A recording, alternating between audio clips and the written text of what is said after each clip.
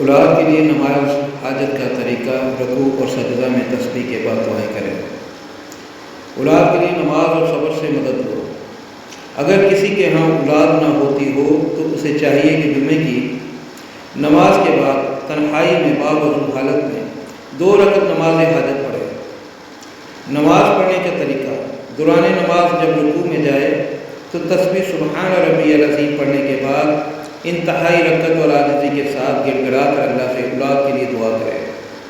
یہ دعا اپنی زبان پنجابی، اردو یا جو بھی وہ زبان بولتا ہے اس میں وہ کر سکتا ہے۔ اور اسی طرح سجدے میں تسبیح سبحان ربی الاعلیٰ کے بعد سر سجدے میں رکھے ہوئے ہی خوب گڑ گڑا کر رو کر اللہ سے اولاد کے لیے دعا کرے۔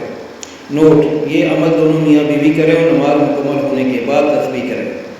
111 مرتبہ یا مصور پڑھے اور پھر انتہائی رکعت اور عاجزی کے ساتھ اپنا سر سجدے میں رکھ کر اللہ تعالیٰ کی بارگاہ میں اولاد کے لیے دعا مانگیں۔ انشاءاللہ تعالیٰ جلد ہی مراد بھر آئے گی اور اللہ تعالیٰ نیک و صالح اولاد سے نوازے گا۔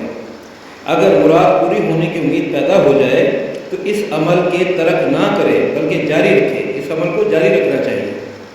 نماز پنجگانہ کا اہتمام جاری رکھے اور اگر پوری نماز نہیں پڑھ سکتا تو فرض نماز پڑھتا رہے، یعنی نماز میں فرض رکعت روزانہ ادا کرے۔